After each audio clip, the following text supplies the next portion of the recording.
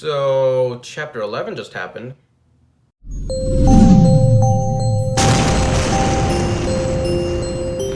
Hey guys, welcome to Khanvolution. My name's Khan, and right now I'm going to be discussing this crazy shit. RWBY Volume 3, the penultimate episode, Chapter 11 itself. Holy shit, guys. If you guys are joining me, you've probably already seen my Chapter 11 reaction, but it was pretty much like this. It's like freaking every chapter just gets progressively worse, you know? Chapter 9, Penny died, everybody was heartbroken. Chapter 10, everything just spirals out of control, bro. And this chapter, bro, holy shit, man. I was pretty much like Cleveland going like, what the hell? No. Just when you think things can't get any worse, Rooster Teeth's like, but wait, there's more. You ain't seen nothing yet, you know? And that's literally what it feels like right now. I mean, you guys have been so excited for me to check this chapter out. I mean, you guys have, some of you have gone even as far as saying this is your favorite chapter of the entire series of RWBY. So it goes without saying that I was incredibly excited, but very fearful at the same time. Even while rewatching this chapter, I had to take breaks in between. And obviously I was taking a whole bunch of notes to discuss with you guys because there's an incredible amount of information in this chapter just to like simply delve into and process your ideas, and more importantly process your emotions, because I literally felt like a ricochet being thrown around between the one bad scene to another bad scene to tragedy happening in this corner to like shit happening in that corner. You know, I mean, it's absolutely insane, and obviously that's what you guys are here for, to see, you know, help me process through, you know. But as always, thank you guys so much for being here. If you guys haven't done already, please consider subscribing, hit that like button, and share the video with any other fans of RWBY out there. And of course, if there's anything that I missed along the way, feel free to share that in the comments as well. And without further ado, let's go ahead and dive into this crazy ass discussion in 3, 2, 1. Son! Silhouette against the moon! Dude, they're killing everybody.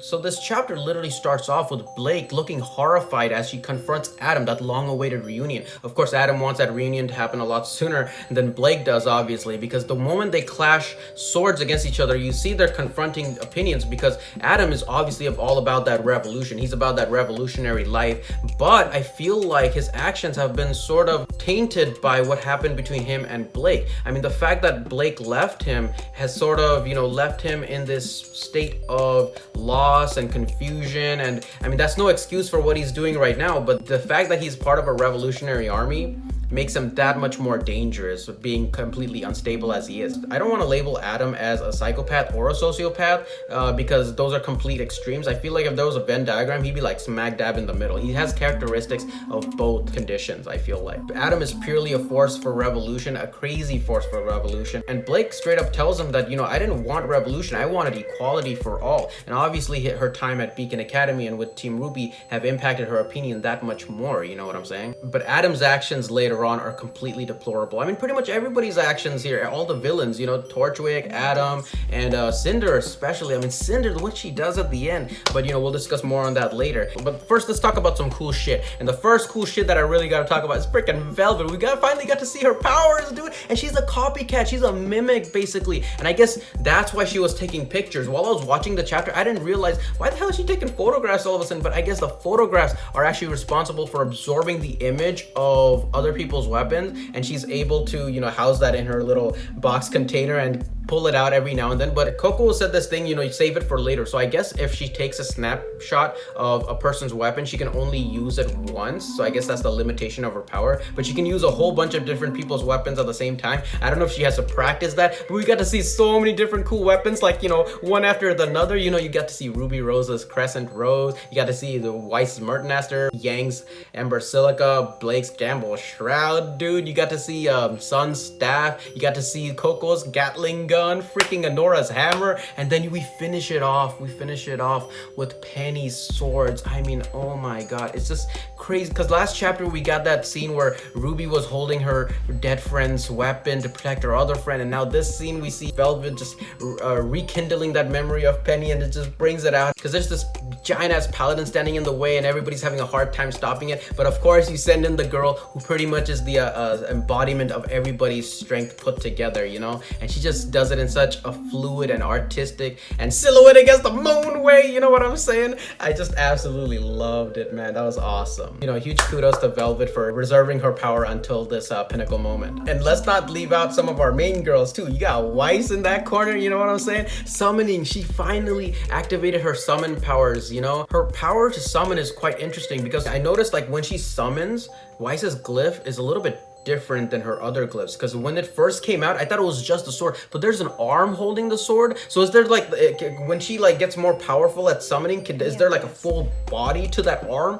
That's so crazy, dude. It's awesome because you just see that little small sword at the end next to that caterpillar when she's training with Winter. But I guess, you know, now when she needs it the most, she's able to tap into that extra power, that extra Schnee genetic power that she got inside of her, you know? And it's just so cool. I cannot wait for later volumes when she realizes her power much more and she's able to summon even more, you know? And of course then we jump back to the stratosphere where Ruby's taking on that Grim, that opening scene, you know? But Catalyst1391, one of our friends in the comment section, actually shared this post with me, which I'll leave the link in the description below, and it's this scene where Ruby just strikes down the Nevermore and she's just like looking down at the ground and like huffing and puffing. And as stated in the post, that stance that Ruby has, she's flowing from movement to movement purely on her emotions. I don't think in any other normal circumstances she would be able to take on 2-on-1 Torchwick and Neo at the same time, but she's completely being fueled by rage and grief and everything together. Because there's that one moment when she like activates Neo's umbrella, Neo goes flying away and she jumps back up and she's like, I'm gonna stop you no matter what, bet on that. So if you guys want, you guys can check out the post. I'll leave the link in the description below so you guys can go ahead and check that out. But the next thing I really want to talk about is freaking Roman, man. And what a way to go. I mean, I never really disliked Roman that much. I thought he was a really cool character, and I thought they kind of did him dirty by, you know, letting him get eaten by that griffin, you know? I felt like if he had to go, there were a crazy number of other ways that he could have gone, you know? But the way he went, it was kind of poetic because he was just beating up Ruby just over and over again with his cane. You know, it really made me think about, you know, the way Joker treated Jason Todd, beating him with a pole, or maybe that's not a really good analogy. But then again, you know, Jason Todd does go on to become the Red Hood, and Ruby does have a red hood, so, you know, I'll stick with that analogy, you know, give a little pat on the back, you know what I'm saying? Even while Neo was still there, Ruby asked her, like, what do you have to gain from all this? Why are you doing all this? Attacking, you know, innocent people, what's the point? And Torchwick responds by saying that it's not what I have to gain, but it's that I can't afford to lose. And the people that I work for are literally gonna change the world. So Torchwick literally has no other choice in this regard. Yeah, he could do the right thing, but he's not that type of person, you know? He'll take the darker route any day as opposed to going down because he says, like, you know, I'll continue doing what I'm gonna do. I'm gonna keep on lying, I'm gonna keep on stealing and doing all this crazy shit, and of course that becomes his undoing as the griffin consumes him. But that makes me wonder that because he stated that he has no other choice to do this, what do Cinder and her company have on them? I mean, is it just they were willing to release his criminal activity and all that stuff, or were they getting ready to harm somebody that he cares about, or what's the reason for him doing this? You know, he can't afford to lose. I mean, that's not something someone says very easily. He says it like, you know, if you knew the people that I work for, they're basically gonna change the world, and that you'll understand why I have no other choice. And Torchwick doesn't seem like he's completely without intelligence. He seems like an intelligent person, and it seems like he's also connected to Neo in a way, because the moment Ruby activates Neo's umbrella and she goes flying away, Torchwick has this genuine look of fear in his eyes, and he shouts to Neo in such a way that makes me think that he actually cares for Neo, and they maybe might have a history together. You know what I mean? If I have any gripes about this chapter, it's like the way that's you know, Torchwick went. I would have liked to see him a little bit more, you know, because Torchwick is a pretty dope character, you know. And that's funny considering some of you guys have said that he was supposed to be a one-off character, you know, but Rooster Teeth decided to keep him on because he was such a cool character that everybody liked him and stuff. So I'd be very interested to see what his backstory is if Rooster Teeth ever goes on to develop it. Now, the next thing I want to talk about is that ground battle going on while that shit's happening in the sky, you know. We see Ironwood show up to try and save the day. A lot of you guys have been telling me, you know, Ironwood's the Tin Man, Ironwood's the Tin Man. He's a freaking cyborg, dude, and that makes me think, you know, a couple of chapters ago after, you know, Yang has that moment with, you know, Ironwood's in their room and is saying that, you know, sometimes we make decisions that we end up regretting, and he kind of looks away. I guess, you know, whatever decision he made back in his past cost him half his body. He's the literal Tin Man of Ozpin's crew. It goes to show the amount of technology that Atlas has. I mean, not only to create a synthetic being who can harbor a soul, a mechanical being who can harbor a soul, but that also goes to show that they can actually create cyborgs now, you know. And not only cyborgs, their general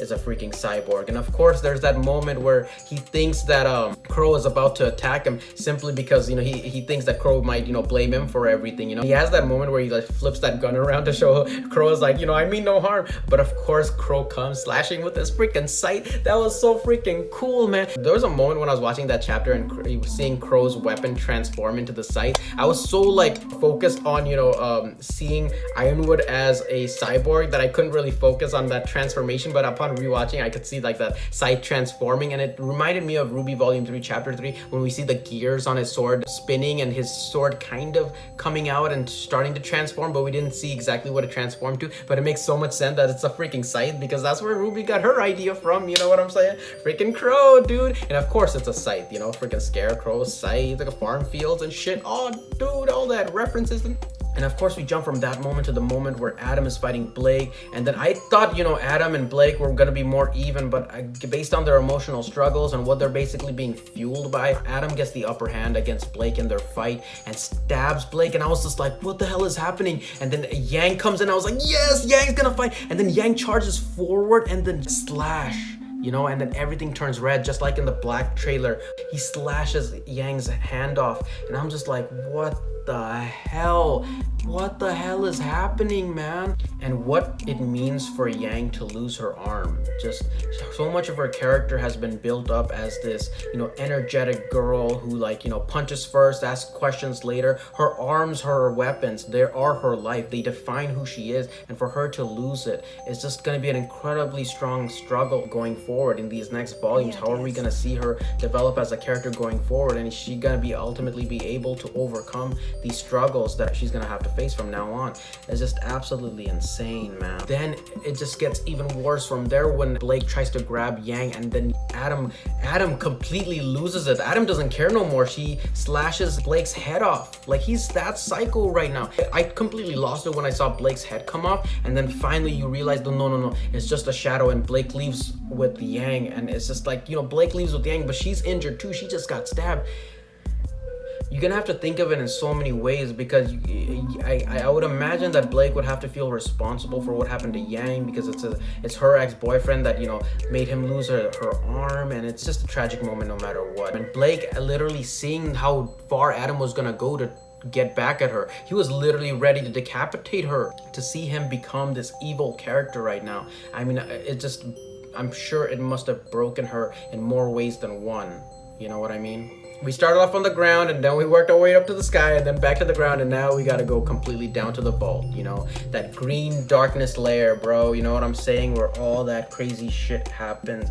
You know, we see like John and Pyrrha enter the vault. John has no idea what's happening, you know? Nobody has time to explain to John what the hell is going on. John's just going on Pyrrha's words, and it's, if he knew what was about to happen, if he knew the shit that was about to happen, there's no way he would have gone along with it. I mean, even Osmond doesn't seem like he wants to go along with it. Like, the moment Pyrrha enters the pod, Osmond's like, I need to hear you say it. I need to hear you say it. Like, he doesn't want to do this, but he has no other choice. And John protecting her without knowing that if this plan succeeds, that he's gonna lose her forever. It's just a hard scene to watch. And of course, then you start to see the energy transfer from Amber, and Amber slowly starts to wake up a little bit and start to regain consciousness. And I was like, holy crap, Amber's alive? I thought Amber was completely, like, you know, comatose status, but she's like coming out of that coma. I'm like, okay, things are starting to look good. But then the energy starts to transfer into Pyrrha, and it really feels like Pyrrha's body's rejecting it. Maybe she's not the proper host. She's not the correct host, or she's not meant for this power. That's what I was thinking, you know, the way her body was reacting to it. And of course, John realizes and, you know, gets out of the guard pose and starts to like ask Osmond, what the hell is going on?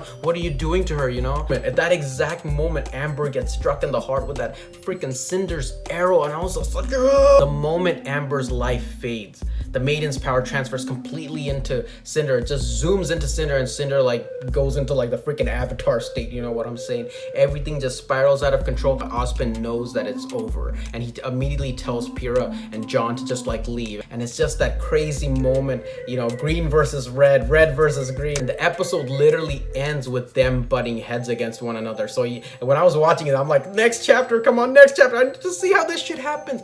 But it's just an incredibly tragic moment. moment, because despite everything that happens, obviously there's an incredible amount of tragedy that's happening, but I feel like up to chapter 11, the ultimate tragic hero of our story, or the ultimate tragic character of our story, is Amber.